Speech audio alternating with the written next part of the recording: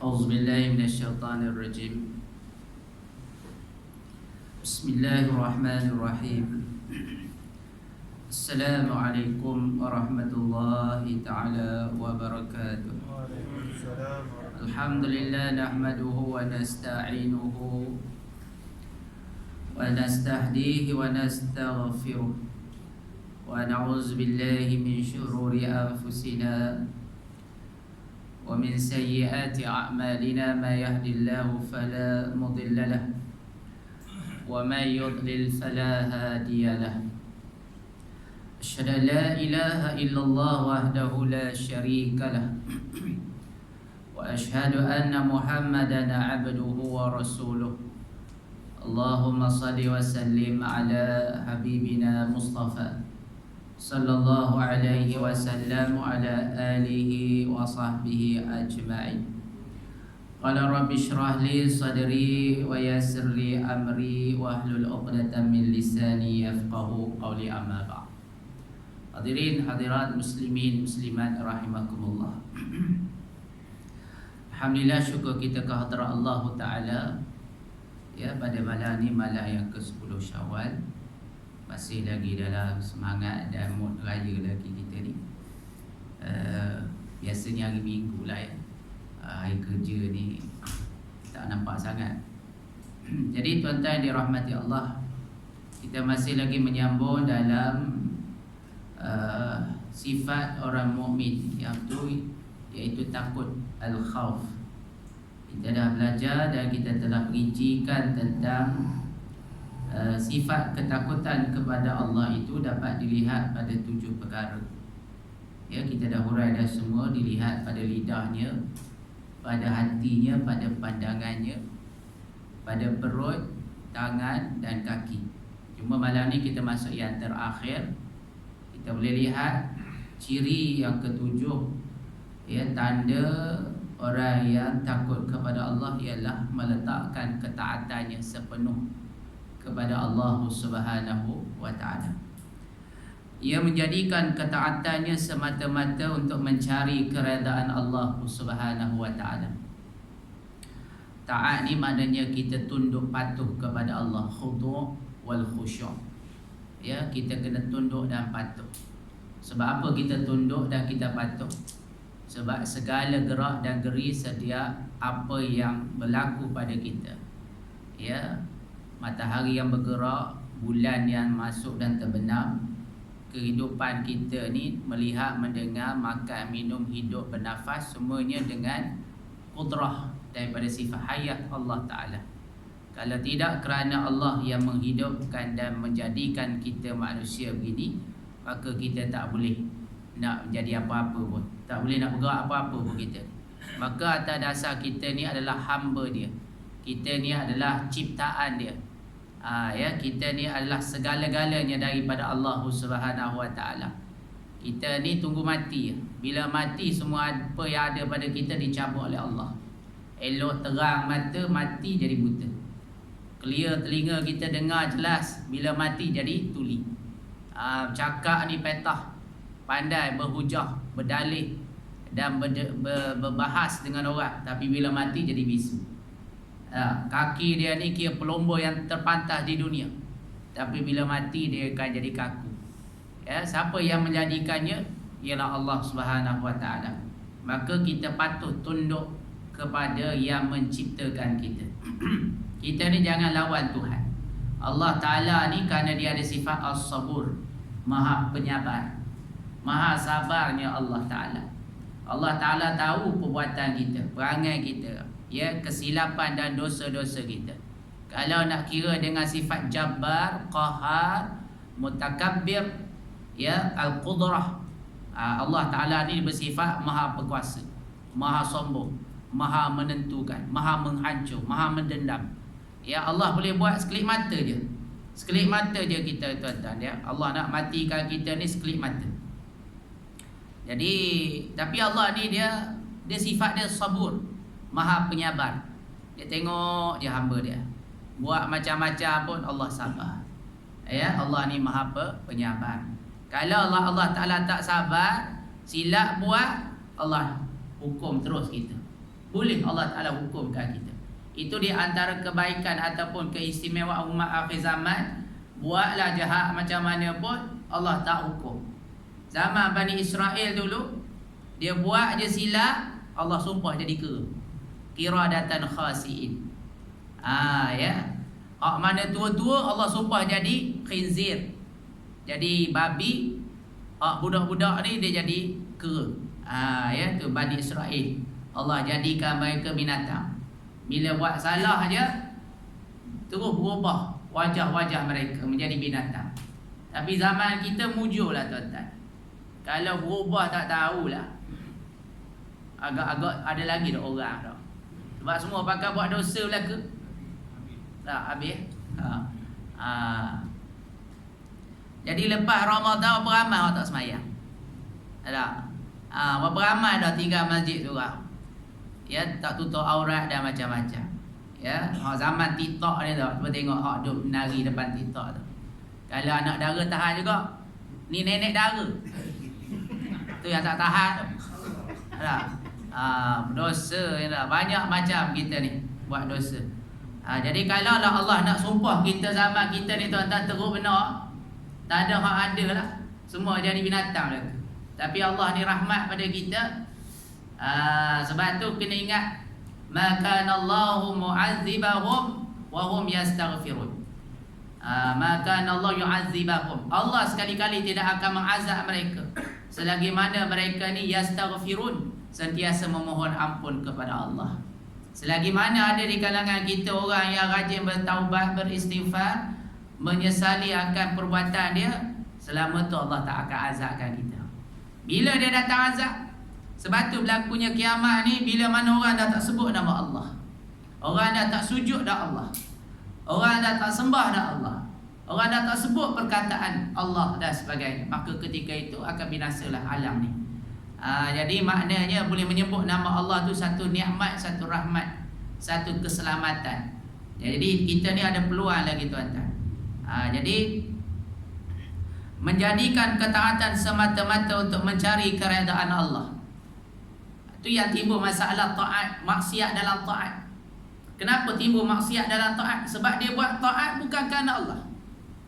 Dia buat taat itu kerana bulan. Itu dia panggil sebagai Ramadaniyun. Kun rabbaniyin wala takun rabbaniyin. Wala takun ramadaniyin. Jadilah kamu rabbaniyin, orang yang menyembah Tuhan, bukan orang yang menyembah Ramadan. Pada Dato' Yusuf Al-Qadawi dia mengarang satu kitab, jadilah kamu ni orang yang menyembah Allah, bukan menyembah Ramadan. Kenapa? Sebab ada orang ni dia kenal Allah masa bulan Ramadan je. Dia boleh semayang, dia boleh puasa, dia boleh buat baik, dia boleh itu ini, bulan puasa je. Seolah-olah Allah tu hanya ada dalam bulan puasa. Bila keluar je daripada Ramadan, masuk je Syawal, dah balik kampung semua kan jam. Ramai hak tinggal semayang. Dia kata dah sebulan dah rajin semayang, takkan tak boleh cover. Boleh buat buah macam tu pula. Jadi maknanya kita lihat keluar je daripada Ramadan, berubah dah karakter manusia. Karakter manusia dah berubah dah. Ni kerana apa? Kerana dia menjadi, bukan dia buat semata-mata kerana Allah, dia buat kerana bulan. Ada orang dia buat amal ibadah kerana nak dapatkan sesuatu. Paling kerana perempuan yang dia berkenan tu anak Tok Imam. Dia pergi minta dah, Tok Imam tak bagi. Dia kata aku nak bagi pun tengok juga mayang tak rajin nampak. Start daripada hari tu tuan-tuan, dia semayang rajin di belakang Tok Imam. 3 bulan dia berlakon. Akhir sekali Tok Imam bagi oleh kerana rajin datang.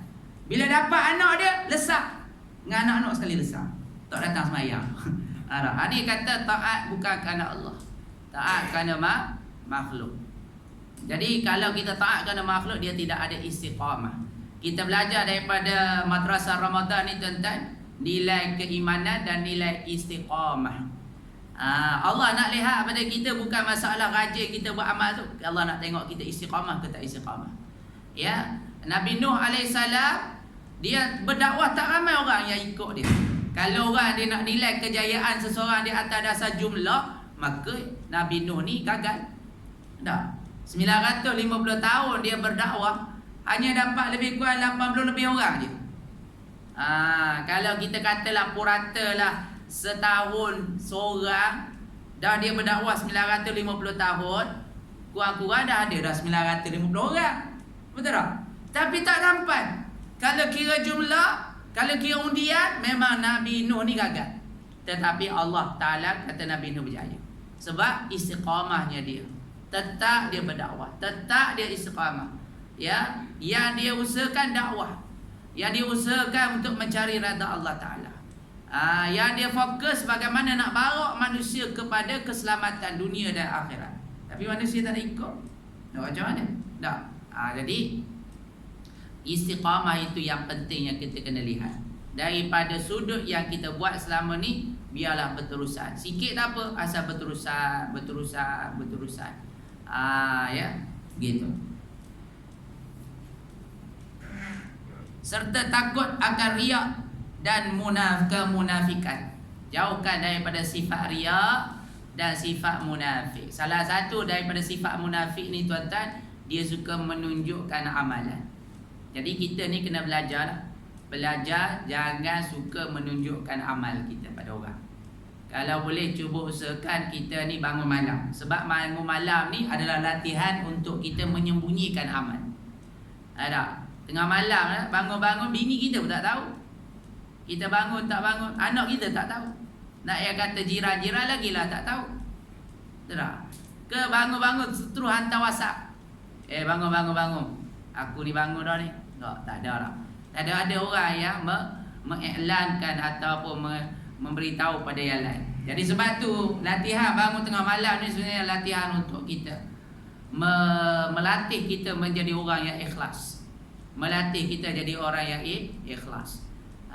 Sebab tu para nabi-nabi Allah letak mereka sifat mukhlasin. Bukan mukhlisin, mukhlasin. Huruf lam tu bagi atas. Kalau lam bagi bawah tu maknanya orang biasa-biasa. Maknanya dia berusaha nak jadi ikhlas. Belum tentu ikhlas.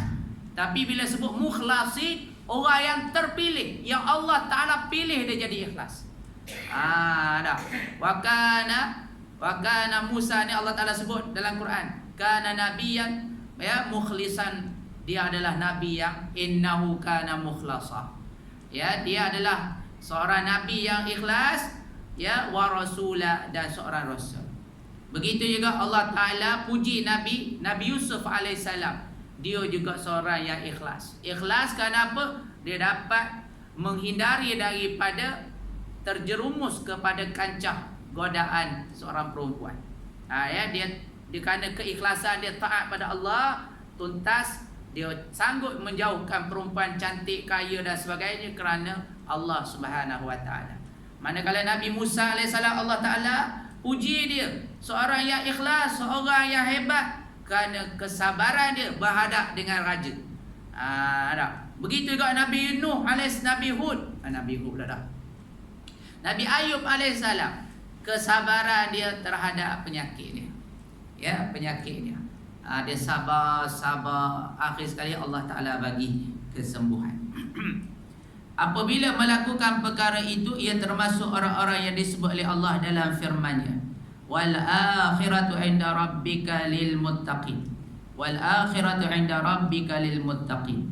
Dan sebaliknya, kesenangan hari akhirat di sisi hukum Tuhanmu adalah khas bagi orang-orang yang bertakwa. Jadi orang yang bertakwa ni tuan-tuan, kecenderungan dia adalah kepada akhirat. Batu kita ni, cuba tanya diri kita ni, celek je mata, tuan-tuan fikir apa? Nak tahu siapa kita ni. Bangun aja daripada tidur, tuan-tuan buat apa dulu? Baca doa tidur, doa bangun tidur ke, istighfar ke, tengok WhatsApp dulu? Tak. Mana tuan-tuan tengok dulu? Tuan-tuan bangun je tidur, fikir semayang ke, fikir bak duit ke, fikir bak nak mengeteh ngopi ke dah tengok berita WhatsApp ke? Di situ kita dah tengok dah gaya hidup kita. Bukan masa bangun tu, masa nak sebelum tidur tu. Apa niat kita tuan-tuan masa nak tidur tu? Ya tak? Tidur semalam tu nak niat apa? Ya. Ada orang dia niat, ya Allah, mudah-mudahan kamu gerak ya Allah. Pukul 5 aku nak boleh kurang-kurang bangun supaya tahajud witir sikit, tak apa dah. Ya. Awalkan sikit lah biar aku buat siapa awal, boleh pergi masjid, pergi surau, boleh berjemaah. Tak. Ya Allah, ya Tuhanku, ya jadikanlah esok satu modal lagi hidup aku supaya aku dapat mengubah diri aku, dapat aku mencari nafkah yang baik, dapat aku menguruskan kehidupan dengan cara yang elok. Jadi di sana kita boleh lihat dah dari sudut kehidupan kita. Kalau orang yang bertakwa, fikir dia sentiasa berkait dengan akhirat, berkait dengan akhirat. Bangun dia tu, dia fikir nak istighfar, nak bertaubat, nak memperbaiki. Sebab tuan-tuan ya, kita ni hidup kita sehari je. Hari yang kita hidup ni lah, itulah modal kita. Hak semalam dah lepas dah, tak boleh nak buat apa dah. Nak undur dah tak boleh, nak baiki dah tak boleh dah. Hak lepas-lepas dah. Hak esok belum tentu. Siapa boleh jamin esok dia boleh hidup? Terang. Ramai di kalangan kawan-kawan kita tu, ni kan tadi elok aku cakap dengan dia, tadi elok aku duk mengetih kat dia. Tak? Jadi sebab apa? Sebab kita ni tak tahu. Sebab tu dalam surah Al-Hajj dia sebut, ya ayyuhalladzina amanu taqullaha wal tanzur nafsum ma qaddamat lighad. Wahai orang yang bertakwa, ya ayyuhalladzina, wahai orang yang beriman, bertakwalah kepada Allah dan perhatikanlah apa yang kamu akan bawa untuk hari esok. Allah menggunakan perkataan akhirat tu, perkataan esok. Esok tu merujuk pada akhirat. Kenapa disebut perkataan esok? Ya, untuk menunjukkan bahawa akhirat dengan kita ni terlalu dekat. Terlalu dekat. Bila-bila masa boleh jadi akhirat. Ya, bila-bila masa kita ni boleh mati. Bila-bila masa saja kita ni boleh dicabut oleh Allah Ta'ala. Ya, kita tak tahu. Ya, Allah Ta'ala yang tahu. Jadi nak tunjukkan biar akhirat tu dekat depan mata kita, supaya hidup kita ni sentiasa fikir untuk akhirat. Fikir untuk akhirat. Dunia kita gunakan untuk kecemerlangan akhirat. Bukan kita ambil dunia untuk lupa akhirat. Wa bataghi fima atakallahu daral akhirah wa la tansa nasibaka minad dunya. Allah Ta'ala kata, wa bataghi, carilah oleh kamu, fima atakumullah, pada apa yang telah Allah datangkan kepada kamu, ya, daral akhirah, untuk negeri akhirat. Allah Ta'ala suruh cari, rebut, usahakan tuan-tuan. Akhirat ni kena rebut, kena usaha, kena cari. Sebab dunia ni kalau tak rebut, tak cari pun dia datang. Dia datang. Ya, Allah Ta'ala dah kata dah takdirkan pada kita dah. Dah ditentukan pada kita, rezeki dah ditentukan, pasangan hidup dah ditentukan, hidup kita ya, panjang pendek dah ditentukan oleh Allah Ta'ala. Allah suruh kita ni rebut dan cari benda akhirat. Ya. Sebab tu, wa bataghi fima atakallahu daral akhirah wala tansa nasibaka minad dunya, dan jangan kamu lupa bahagian kamu di dunia. Dunia jangan lupa. Sebab dunia ni adalah mazra'atul akhirah. Dia jambatan untuk ke negeri akhirat. Ya, jangan tinggal dunia. Dunia ambil lah, sebab dengan dunia ni lah kamu boleh capai akhirat. Allah jadikan dunia menjadi tiket untuk kita cemerlang di akhirat. Jadi orang yang bijak semua duduk di dunia belaka, tapi macam mana dia boleh cemerlang di akhirat? Kerana dia pergunakan dunia dia sebaik mungkin untuk kegunaan akhirat. Dia tak habiskan dengan permainan. Macam contohlah, ramai anak-anak kita pergi asrama, masing-masing duduk asrama. Tapi dalam duduk asrama tu ada yang paling cemerlang, bagus, tapi ada juga yang gagal. Ada yang jadi hak buli-buli orang tu tak? Boni minggu lepas mana kat Pulau Pinang, dia teranjang kawan tu, dia tepak, ya, dia naik atas meja dah jadi macam, ya, apa panggil hak organ ke apa. Dia buat macam wrestling tu. Ya, dia tumbuk kawan tu, ya Allah. Sebelum ni dekat Perlis, dekat sekolah sedap-sedap dah kira. Sekolah hebat-hebat, sekolah asrama penuh. Sekolah kira-kira budak-budak yang cerdik-cerdik lah. Tu tuan-tuan. Hari ni budak cerdik tapi perangai bodoh, perangai yang buruk, bully sampai peringkat macam tu. Gitu ya. Jadi akhirat disebut tadi bahawa orang yang bertakwa itu sentiasa didorongi oleh keinginan dia untuk akhirat. Baik. Diteruskan ini disebut beberapa ayat-ayat Quran berkaitan tentang ciri-ciri orang yang bertakwa, ya, yang mendapat syurga Allah Ta'ala. Jadi tuan-tuan dirahmati Allah, dalam Quran ni banyaklah Allah Ta'ala memperincikan tentang orang bertakwa, orang bertakwa, orang bertakwa. Dalam Ramadan yang lepas pun ramai dah ustaz-ustaz dah cerita. Sebab puasa tu sendiri pun melahirkan sifat takwa. Jadi tuan-tuan, takwa tu duduk di hati.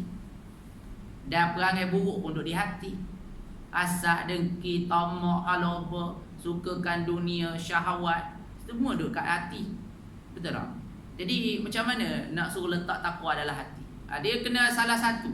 Kalau ada sifat dengki, hasad, haloba, benci, ya, kita ada sifat suka nak membuka aib manusia, sifat kita ni suka riak, mujuk, munafik dan sebagainya, maka masa tu takwa tidak ada. Takwa tidak ada. Sebab takwa, Nabi kata at-taqwa hauna. Takwa di sini. Maknanya kalau kita nak jadikan takwa, kita kena buang benda-benda buruk tadi. Sebab itulah Imam Al-Qushairi, ya, di dalam risalah Al-Qushairiyah dia kata, ya, sifat orang takwa tu adalah 4 sifat berdasarkan perkataan takwa. Ya, huruf ta, huruf qaf, huruf waw, huruf ya. Ya, maknanya kalau tidak ada sifat tu, maka ada sifat yang lain lah. Sifat buruk. Bila ada sifat buruk, maknanya kita bukan sifat takwa. Nampak tu tuan-tuan? Jadi dia merupakan sifat yang kena menjadi cerminan hidup kita. Apa dia Imam Qushairi kata takwa tu? Takwa yang pertama huruf ta. Ta maknanya tawadhu. Orang yang ada takwa, orang yang sentiasa tawadhu. Kenapa kita nak sombong dengan ilmu? Sedangkan ilmu tu siapa bagi? Ilmu kita ni macam mana tuan-tuan? Budak-budak tahfiz dah, kita tanya dia. 30 juzuk dalam kepala otak dia. Ya, lepas tu dia letak kat belakang dia Al-Hafiz. Tuan-tuan letak apa kat belakang tuan-tuan? Al-Hafiz ke Al-Habis? Kita Al-Habis. Tapi budak-budak ni masa duduk dekat pusat tahfiz je 30 juzuk. Keluar aje setahun 2 tahun mula kerja sana, mula berbini, beranak apa, agak-agak cuba tanya lagi. Al-Hafiz ke Al-Habis? Tak ada dah. Jadi imam pun ayat sama je. Lepas tu jadi imam tarawih pun terpaksa tengok kitab besar. Tengok cuba budak-budak tahfiz sekarang. Tengok Quran. Hai, pusat tahfiz pun tengok Quran juga. Nampak. Jadi lepas tu ilmu kita ni seolah-olah macam kita celup dalam lautan, kemudian yang melekat pada tangan kita itulah ilmu kita. Dan selama mana? Sekejap aja air yang melekat kat tangan kita, mari angin, mari apa, dia jadi kering. Maknanya ilmu tu kembali balik pada lautan tadi. Maknanya kembali kepada Allah. Kat mana kita ni nak sombong, nak bongkak, nak apa dah. Orang yang PhD tuan-tuan, ya, hebat PhD, sampai 3-4 PhD. Mr. Bean tu orang kata ada 4 PhD. Mr. Kacang tu, tuan-tuan main macam tu pun, kacang macam tu pun 4 PhD. Tuan-tuan berapa PhD? Ada? Ya, tolong tu kita kata apa, kita nakal-nakal dia tu pun 4 PhD, 3 PhD kita kata tak. Jadi ilmu kita ni macam tu orang yang PhD tuan-tuan. Ya, dia laku masa dia umur 40 tahun, 30, 50 tahun, 60 tahun. Bila dah umur dia 80 tahun, orang tak ambil dah orang kerja. Dah nyanyuk dah. Dah. Mana PhD tu jadi CJ je lah. Duduk letak kat dinding. Dia duduk kat rumah dengan cucu. Dah. PhD, orang panggil prof, orang panggil doktor. Sekadar tu lah. Nak pergi mengajar dah tak boleh dah.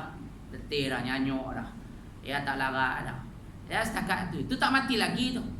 Ya, kalau dah mati memang langsung tak dapat apa lah manfaat daripada ilmu ni. Jadi jangan sombong. Jangan sombong dengan ilmu kita. Sebab tu orang yang ada sifat tawadhu, sifat takwa, dia ada sifat tawadhu. Walaupun dia ada ilmu, walaupun dia ada kelebihan, ya, walaupun dia ada harta, kecantikan, ya, apa saja yang kita miliki ni tuan-tuan, ya, bukan yang kita asal. Apa yang kita ada ni tuan-tuan sudah dimiliki. Ya, kita hanya pemegang amanah saja. Apa yang kita ada sekarang adalah yang telah dimiliki. Siapa yang milik tu? Allah lah yang milik. Nyawa kita, kita kata nyawaku, tu milik Allah. Badan kita milik Allah. Ya, segala apa yang ada pada kita milik Allah. Sampai masa Allah ambil balik. Maknanya apa yang kita ada sekarang ada dah Tuhan yang memilikinya, iaitu Allah. Kenapa kita nak sombong? Jadi sebab itu pertama sifat orang yang bertakwa bersifat tawadhu. Ya, merendah diri. Lawan pada tawadhu takabur. Ya, membesarkan diri. Man tawadda'a rafa'ahu Allah. Siapa yang merendahkan diri, Allah akan angkat derajat dia. Tu orang buat perbiasa dah. Ular yang berbisa kalau lalu kok bawa akar pun tak akan hilang bisa dia. Jadi janganlah kita ni kerana kaya ke, berilmu ke, ya, orang yang hebat-hebat. Kita kalau kamu merendah diri tak akan hilang. Tak akan jatuh kedudukan kamu. Bahkan akan diangkat di sisi Allah Subhanahu wa ta'ala. Gitu ya. Kemudian yang kedua sifat taqaf. Qaf maknanya qanaah, berpada-pada. Bersifat qanaah, bersifat berpada-pada. Ya, maknanya bersyukur dengan yang sedikit, nescaya dia pandai bersyukur dengan yang banyak. Dia berpada-pada. Jangan kita ni bersifat haloba dan tamak. Tamak dan haloba ni tuan-tuan jangan duk ingat pada duit saja. Ada orang dia tamak haloba pada kasih sayang. Ya, mungkin kita tak faham. Kasih sayang. Biasanya kalau kita nak buat contoh mudah macam orang bermadu. Tak. Biasanya isteri-isteri yang bermadu ni dia akan berbalak. Kenapa abang bagi masa kat dia banyak sangat? Saya kurang. Macam-macam lah. Dia tamak dengan masa. Pantang kurang sikit je, lewat sikit sampai je. Oh, mengamuk. Kalau tuan-tuan tak faham, cuba-cubalah. Nak suruh nampak faham tak? Kalau sekarang tak faham tak? Cuba tuan-tuan sehari balik raya. Abang tahun lepas abang balik raya dah sana. Tahun ni rumah saya pula. Dia kalau contoh suami tak adil memang perlu itu. Cuma dia suami dah buat adil. Cuma ada kadang-kadang terlebih tersikit. Sepatutnya janganlah itu. Sebab kadang-kadang susah nak bahagikan dengan secara sama. Maknanya salah seorang ni kadang-kadang kena ada tasamuh. Kadang kena ada ihsan. Sebab tu ada isi Rasulullah. Dia sedekahkan waktu dia untuk Rasulullah. Dia kata, Rasulullah, masa aku, giliran aku, kalau kamu tak datang pun tak apa, aku redha. Yang macam tu. Ni dah. Ya. Jangan. Dia kata aku tuntut dia akhirat kelak. Macam tu sekali dah.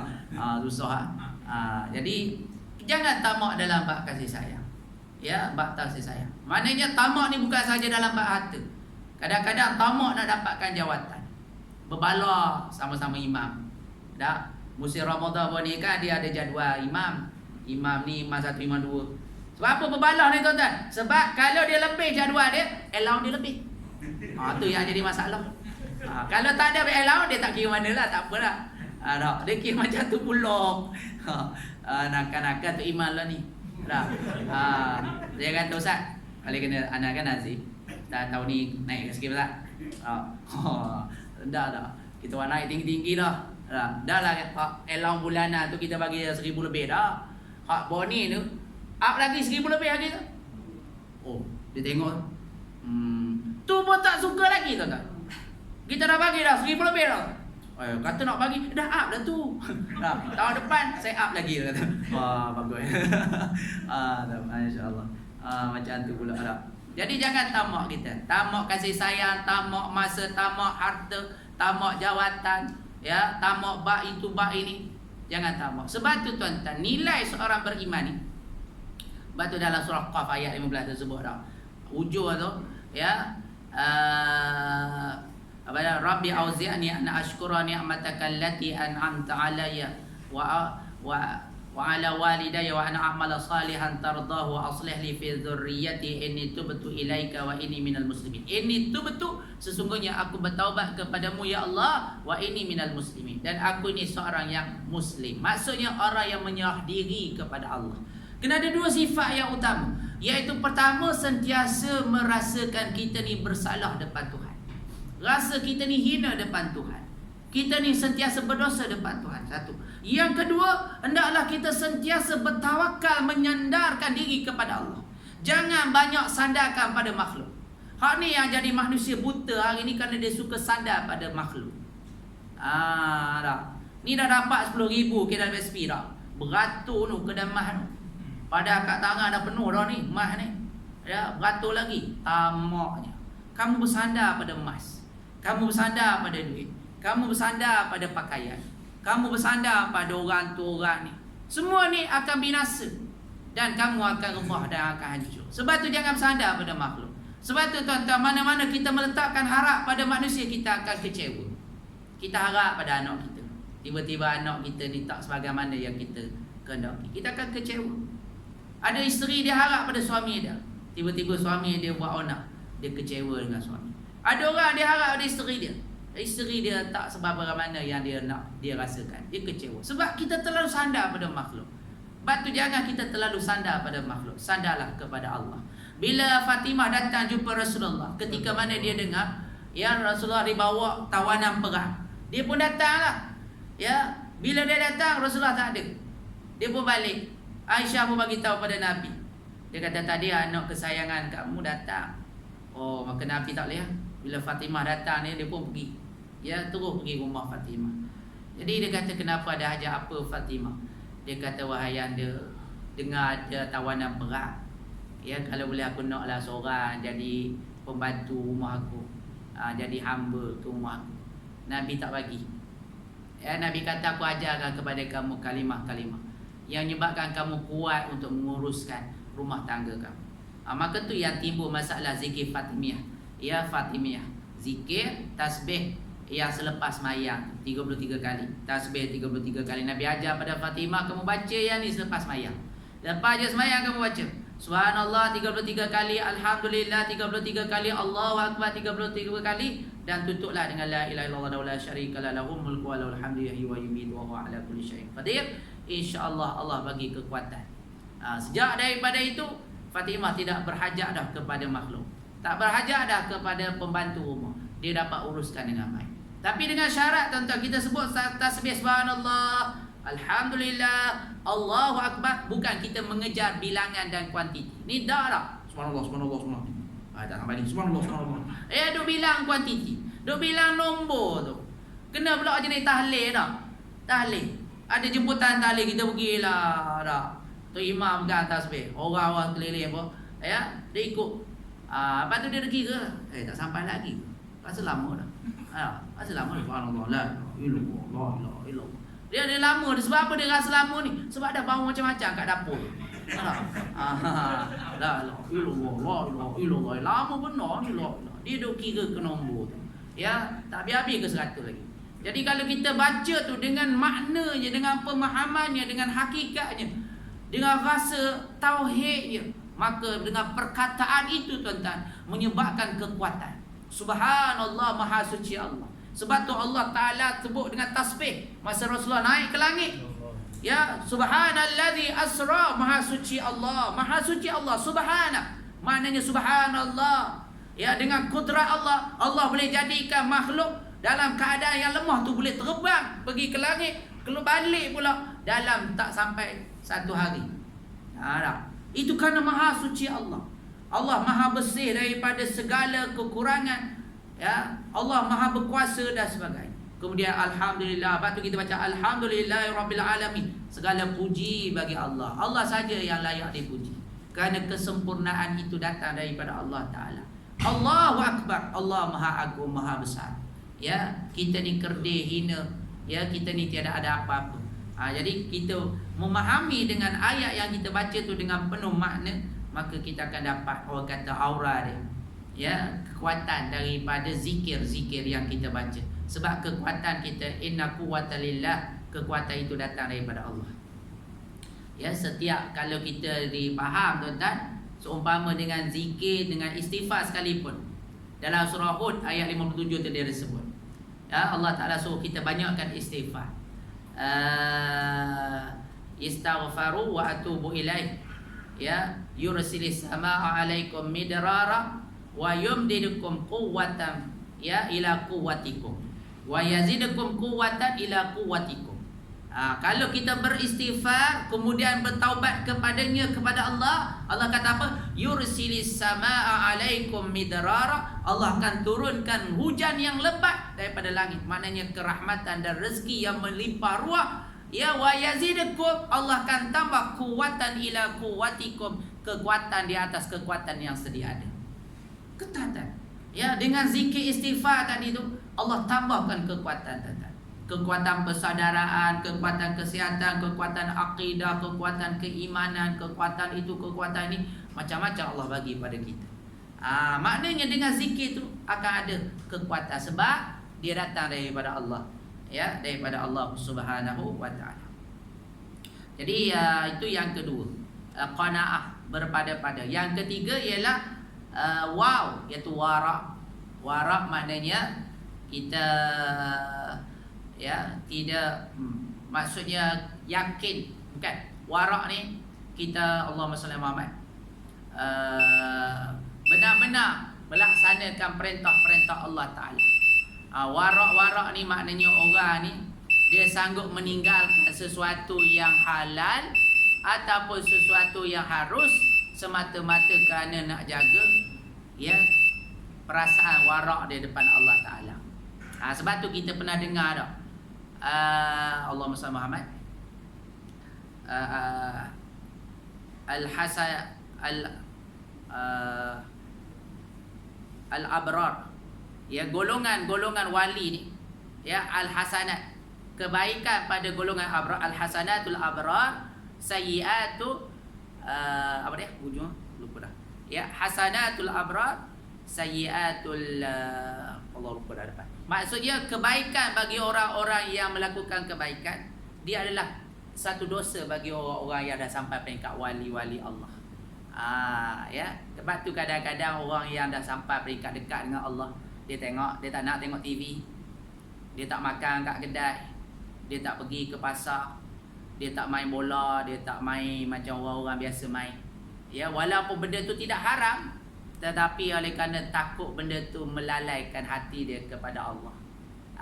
Itu dia panggil al-hasanatul abrar, kebaikan bagi orang-orang abrar yang melakukan kebaikan ni adalah merupakan satu kejahatan dan satu dosa, ya, bagi orang yang orang kata muhaqqiqin, orang yang dah hampir dengan Allah Subhanahu wa taala.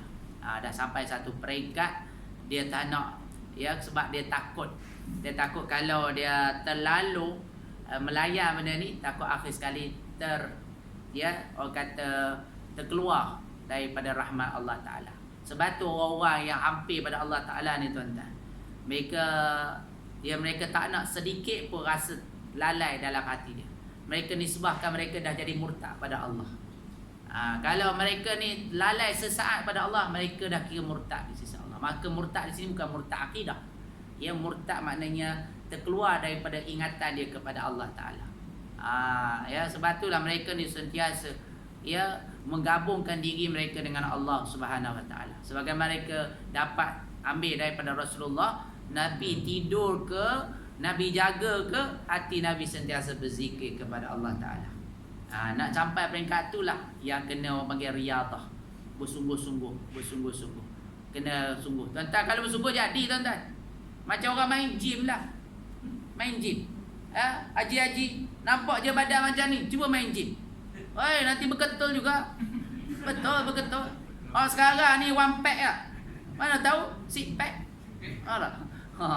Ya, sebab cuba buat dah, cuba mulakan daripada sekarang. Seorang ya. Cuba angkat, lepas lama-lama angkat bini pula.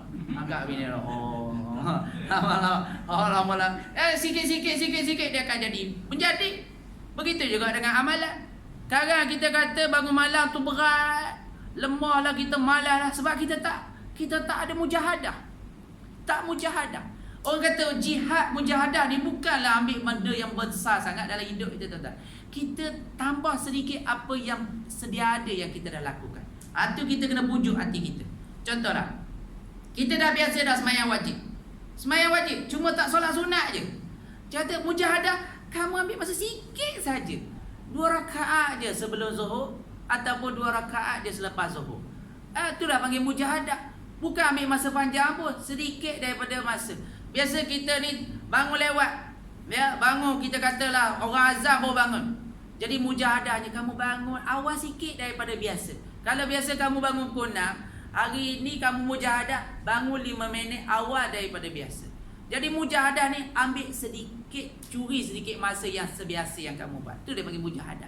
Lama-lama kita dah biasa sikit. Akhir sekali kita akan terbiasa. dan kita akan jadi manis dan kita akan jadi seronok. Ya. Jadi itulah usaha yang kita kena buat semata-mata kerana Allah. Sebab tu tuan-tuan, niat kita tuan-tuan, sebab dalam Quran sebut, kalau kita betul-betul hati kita adalah kerana semata-mata kerana nak bertemu dengan Allah Ta'ala. Ya, perkataan nak bertemu tu. Sebab tu kenapa kita rasa rindu nak balik kampung. Sebab kita nak bertemu dengan orang-orang yang mak bapak kita. Rindu nak bertemu dengan mak bapak. Rindu.